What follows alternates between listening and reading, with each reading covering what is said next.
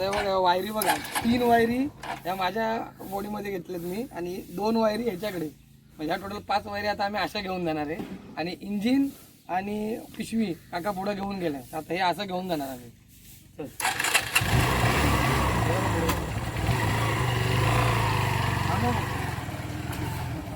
आणि शेतीधंदा हा असाच आहे, जुगार आहे शेतीधंदा. म्हणजे मेहनत करायची आहे, पण भेटल का नाही भेटल हे त्या परमेश्वराच्या आणि निसर्गाच्या हातात आहे.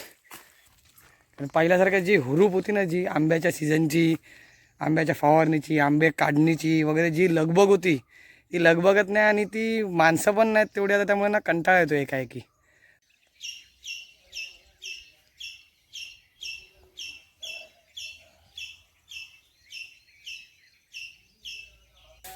नमस्कार मित्रांनो, मी उमेश चंद्रकांत साळसकर, तुमचं कोकणी उमेय माझ्या यूट्यूब चॅनलमध्ये पुन्हा एकदा स्वागत करतो आहे.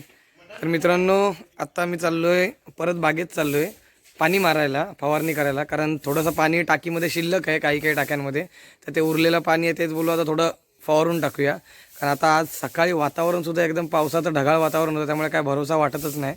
आता राहिलं आहे ते पाणी पूर्ण खाली करून, तर टाक्या खाली करायच्या आहेत पाणी मारून. त्यासाठी आता चाललो आहे परत बागेत. चला,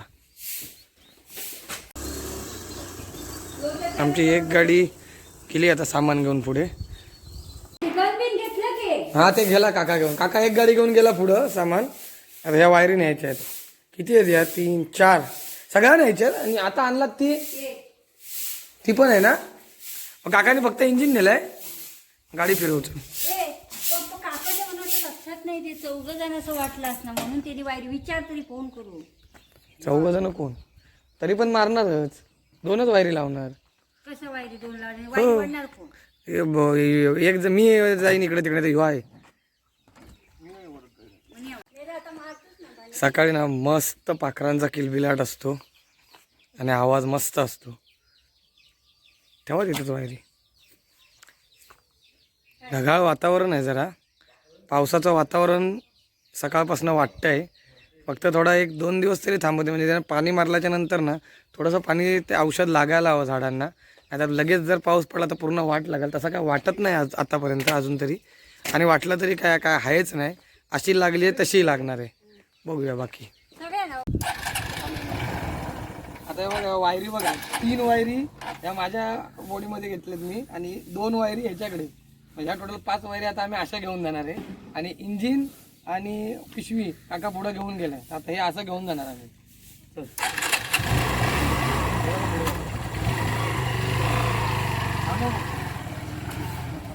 बघा, बऱ्याच वर्षांनी गावात बैलगाडी दिसते मस्तपैकी. गेली मग आम्ही आता मिठभाऊच्या इथे पोचलो आहे, राणेवाडीच्या इथे.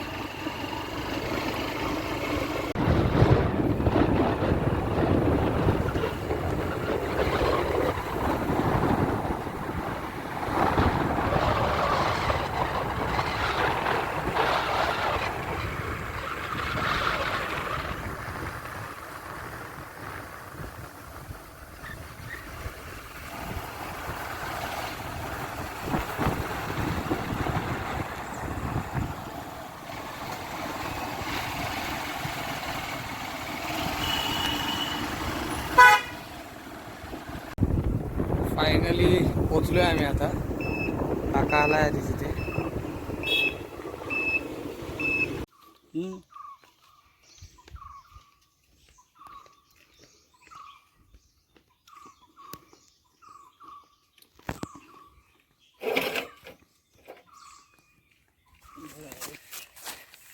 बघा वातावरण इथे आता पण पावसाचं आहे. आणि मी आता वायर घेऊन चाललोय वरती वायर टाकायला. मूड तर नाहीच आहे पाणी मारायला, पण ते पाणी भरून ठेवलं होतं, टाक्या खाली करायच्या होत्या म्हणून आपलं पाणी मारायला आलो आहे आम्ही. नाही तर काय अर्थ नाही, खाली करायचं आहे फक्त म्हणून. चढाव बघा कसं आहे, पुरा वर चढाव आहे.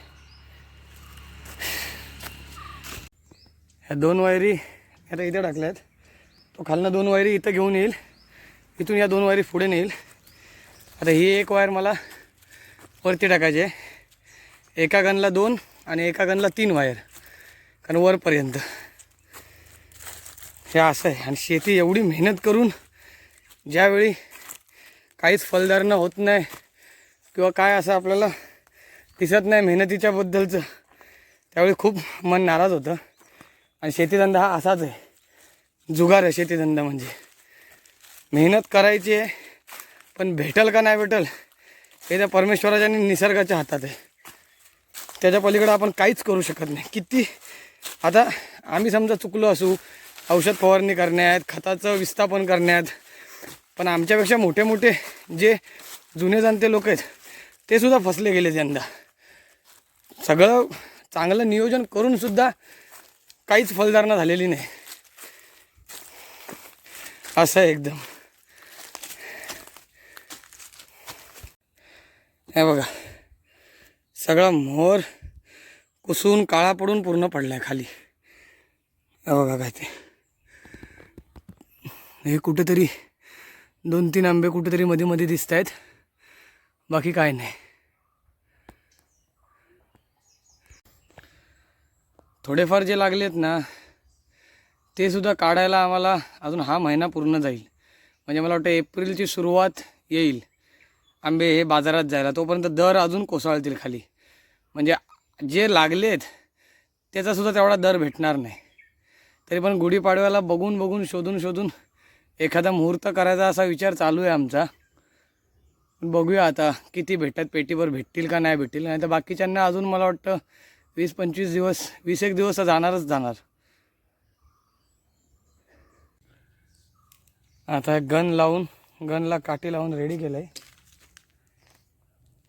कंटाळा आला आता, कंटाळा येतो आता. कारण पहिल्यासारखं जी हुरूप होती ना, जी आंब्याच्या सीझनची, आंब्याच्या फवारणीची, आंबे काढणीची वगैरे जी लगबग होती ती लगबगत नाही. आणि ती माणसं पण नाहीत तेवढी आता, त्यामुळे ना कंटाळा येतो एकाएकी पूर्णपणे. कुठं दिसतंय काय. आणि आता चालू करायला सांगितलं आहे पाणी. हे बघा एअर येते, याच्यामधून हवा येते. पाणी सोडलं आहे काकाने तिथून, येतं आहे पाणी. ए आलं का रे दर्शन? हे बघ आलं. ही कलमं लागली नाहीत ना, म्हणजे फळधारणा झाली नाही म्हणून सगळा प्रॉब्लेम झाला. ही म्हणजे कुठलीच लागली नाही.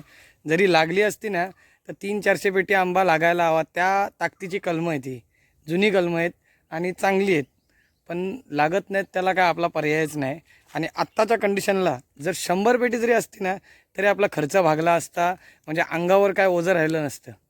पण 100 पेटीचं लय लांबची गोष्ट, 50 पेटी वाटत नाही आपल्याला. तर काय बोलणार आणि काय सांगणार.